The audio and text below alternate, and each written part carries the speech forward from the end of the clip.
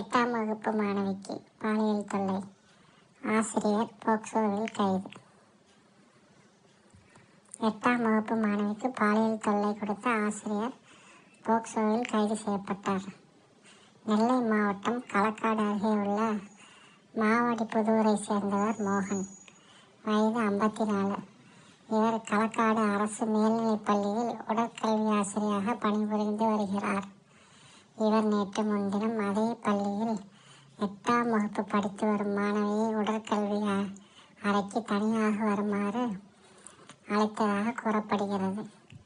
பின்னர் அங்கு சென்ற மாணவிக்கு மோகன் பாலியல் தொல்லை கொடுத்ததாக கூறப்படுகிறது. இதனால் அதிர்ச்சி அடைந்த மாணவி வெளியே ஓடி வந்தார்.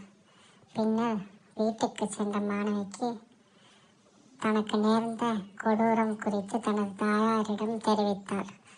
இது தொடர்பாக மாணவியின் தாயார் நாங்குநேரி அனைத்து போலீஸ் நிலையத்தில் புகார் செய்தார்.